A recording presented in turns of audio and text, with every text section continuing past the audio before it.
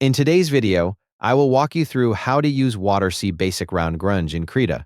Create a new canvas, then select the brush tool by pressing B. Open the brush presets docker, search for Waterc Basic Round Grunge, and select the brush. Choose your foreground color, then adjust the brush size using the bracket shortcut keys or the size slider. Start painting with light pressure to create soft watercolor strokes with a grunge texture. Increase the pressure to add stronger color and more visible textured details. Apply multiple strokes to build up the watercolor effect gradually. Use the color picker by holding Ctrl to sample nearby colors and continue painting for smoother color transitions. Adjust the brush opacity or flow if you want lighter and softer effects. Waterc Basic Round Grunge is perfect when you want to create textured watercolor strokes with a natural and rough brush appearance. It is great for adding depth, surface texture, and a handmade watercolor feel to your artwork.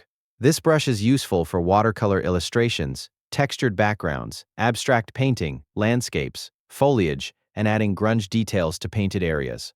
And that's how to use Waterc Basic Round Grunge in Krita. Thank you for watching the video.